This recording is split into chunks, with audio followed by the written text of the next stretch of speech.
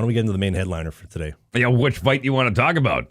We'll start with my fight. Yeah. We'll do the ECHL fight of the year. We'll do the Biz Nasty fight, and then we got a couple other scraps. We got a lot of really good stuff today.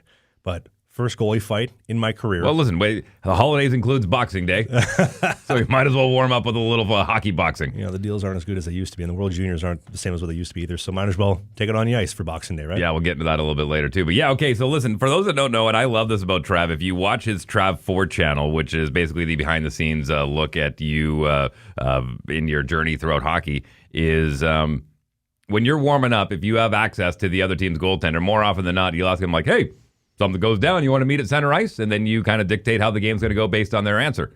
Well, usually it's, are you starting? Yes or no? How you feeling? I like the pads. Beautiful mask. Wish you the best of luck. Quick little glove tap. That's usually very traditional. I like to ask guys, though, if someone goes south, something goes wrong, would you like to go? I haven't had a goalie fight in my career. I fought 3 players, never been touched in either of them, or any of the 3. But do you want to go?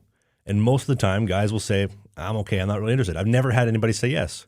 But for some reason, the gentleman on the other end of the ice, I asked him, would you like to go? He said, yeah, I would definitely be down if the setting is right. And now, shout out to this guy, because this guy ponying up a huge set. He's a small guy, maybe 5'8", 5'9", on a good day if you stretch him out a bit. And he said, let's do it. Okay, cool. We play the game. And he wasn't even starting. He actually ended up backing up.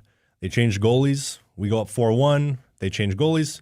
Second period, they had a fight down at the other end. One of our guys absolutely KO'd one of their guys. By the way, this guy is a BJJ purple belt. Oof.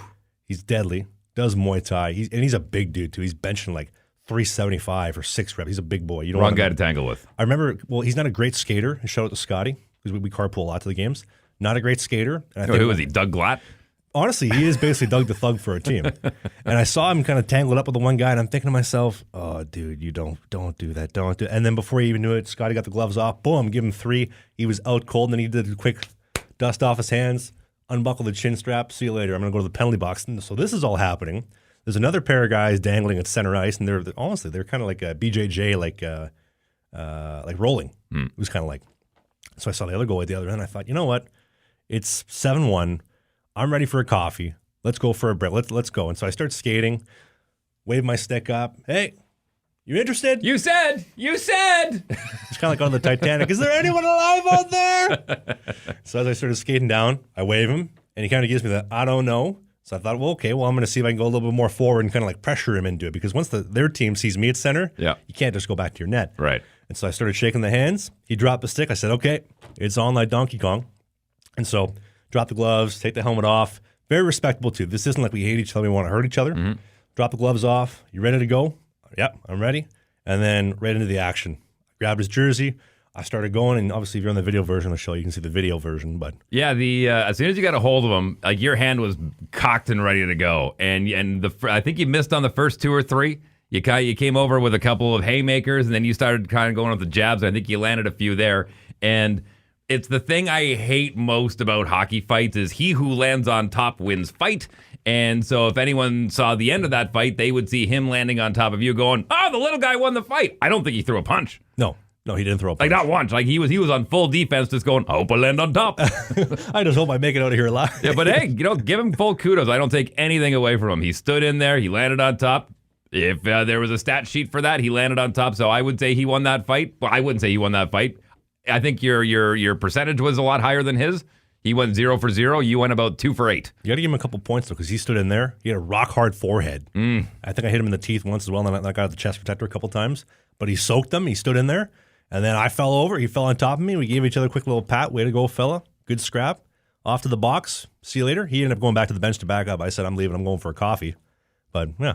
So there you go. You got to check that off your career stats wants list, your Christmas wish list. Finally got into a goalie fight. Yes, sir. Actually, here's a story I don't think I've ever told you on the podcast. So when I was playing in Motor City, our boy Babs loved to fight. I mean, I got my first ever FPHL action because he fought one of the other guys in Watertown. Right, he was very notorious for this. And so when I got dished to Watertown, and Motor City was coming to town, I remember him and I texting me like, "Hey man, would you be interested in going? Yeah, let's put a show on for the fans. Like we don't have to hurt anybody." But just go up to center, stand in the pocket, and let's go have some fun. And obviously they dished me a week beforehand, so that never happened. But that would have been a good fight. Him and I were actually talking about that the other day. That would have been a really cool little meet up at center ice. No kidding. Don't you worry, dude. I'll beat your ass. I I always love the idea of like, yeah, well, let's go in there and have a little fun. That's all nice and fine, but no, once you start squaring off, nobody wants to lose.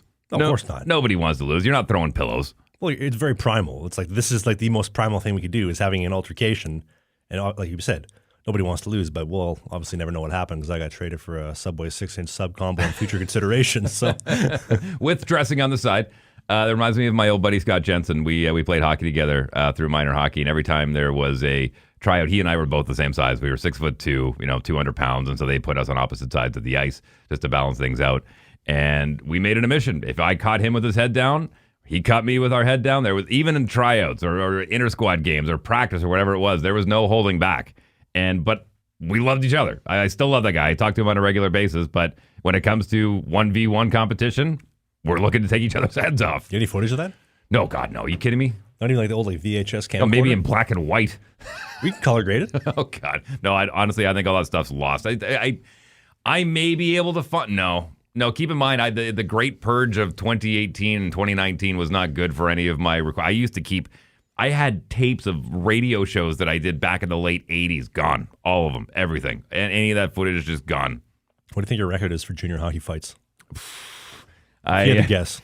I took a few and I gave a few. Took some and gave more. Yeah. No, honestly, I probably 5-5, 10-10.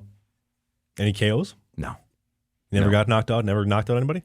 Tyler Belk made a mess of my face. He played with the Vancouver Canucks for a little while. He was from Camrose, Alberta. He was a tough cookie, man. Smacked you on the button and then down goes Brown? Murphy. I still regret to this day. It was kind of funny. I think I've told this story, but I'll tell it again. Years later, he was playing with the Manitoba Moose. I was the in-house announcer for the Manitoba Moose, and he was doing a Q&A online. I'm like, hey, you beat me up back in the day. I want to go, I want a rematch. And he's like, come on down to practice. I'm like, oh, damn it. I was trying to be funny. He was serious. I forgot he has no sense of humor. That's awesome. You see that there was an ECHL fight the other day between the Indy Fuel and Cincinnati Cyclones? Mm-hmm. These two dudes, absolute nail guns. They just stood in the pocket, feeding each other. They both knocked each other out at the same time. That's got to be the fight of the year. It actually looked more like a lacrosse fight. Because when lacrosse guys fight, they get solid footing. There's no slipping around, and they just sit there and they throw haymakers. That's exactly what that reminded me of. I feel like a lacrosse fight is the closest thing you're going to get to an actual street fight without the charges. Yeah, but there's once a guy goes down, they treat it the same way as hockey. Once a guy goes down, you're done. You don't get on top and mount a guy and start, laying into him.